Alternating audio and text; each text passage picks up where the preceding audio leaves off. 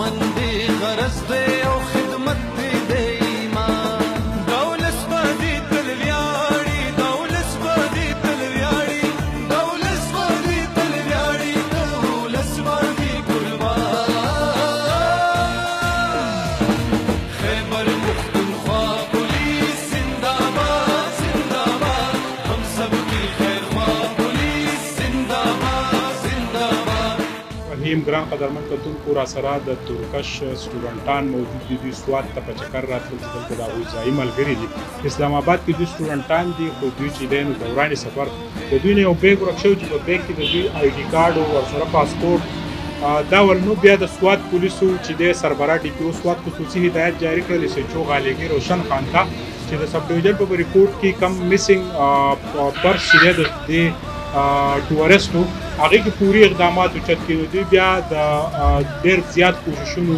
چې په هغې پسې وکړل نو دغه بیګ چې دی ترلاسه شو او دغه پاسپورټ او دا دغه شو د دوی یو ملګری زنګ سره ناست دی چې دا سټوډنټان څنګه راغلي وو دلته کې د دوی سره دا واقعه څنګه راغله دا راته ووایه چې څنګه دا مسله راغله دا زموږ ملګري وو د اختر په دویمه ورځ باندې دلته زموږ خواله راغلي وو بیا مونږ کړاکړ ته چکر دپاره ووتو نو هلته د دوی نه دا بیګ دوراني سفر چې دی هغه ضایع شو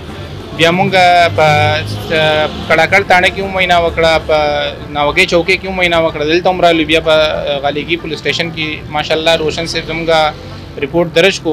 او په 2 ورځو کې الحمدلله د دوی په کوششونو باندې دا بیګ مونږ ته واپس شو دوی ډېر زیات خوشحاله دي د پولیسو هم تعریف کوي د خلکو هم ډېر زیات تعریف کوي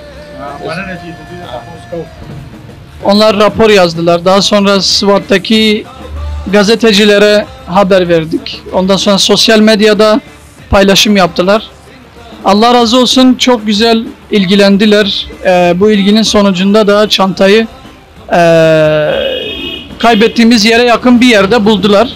Çantayı çalan kişi içinden parayı alıp diğer şeyleri bırakmış. Ama bizim için önemli olan pasaport ve kimlik,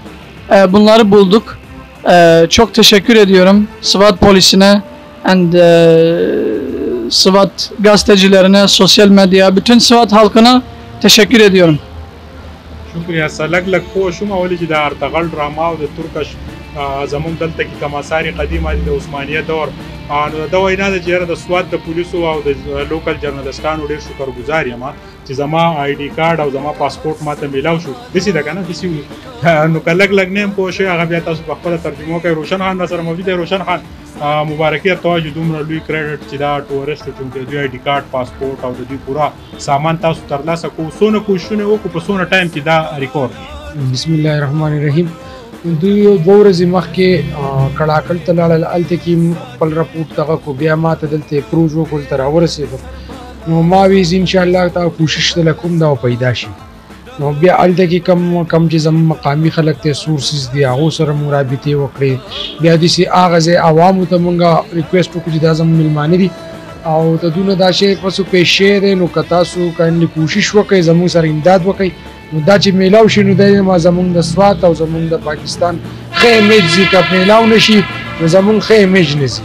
نو د هغې په کوششونو د عوامو په کوششونو زموږ د پولیس هلته کې سرچ اینډ سټرایک سټارټ و په دې ټورسټو باندې ځای په ځای باندې کړاکړ زموږ سره یو سپاټ دی نو دا بیا په هلته کې په یو ځنګل کې پروت و او بیا مونږ دوی ته انفارم کړل چې راشئ ستاسو کم بیک و او کم دغه و راشئ ویسئ جي درنګ جهان مننه بالکل جی د سوات پولیسو یو لوی کریډټ چې په هغې کې ډي پي او سوات زاهد نواز مروت خصوصي هدایات جاری کړي وې چې چو غالیګي ته چې یاره دغه د ټورسټو بیګ چې کم دی د دې کې د پوري اقدامات وکړي ترکش چې دی هغه زمونږ ډېر نږدې خلک دی او د پاکستان کې اوس هم دغه آثار قدیمه او دا مختلف ځایونه چې کم ریکارډ شوي دي نو د عثمانیت دور دغه یو لوی کشش چې دی هغه پیش کوي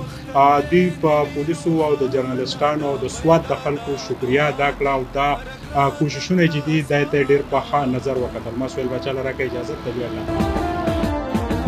کمشر دے ککشر کپہر سو کے ناس دے بس امن دے غرض دے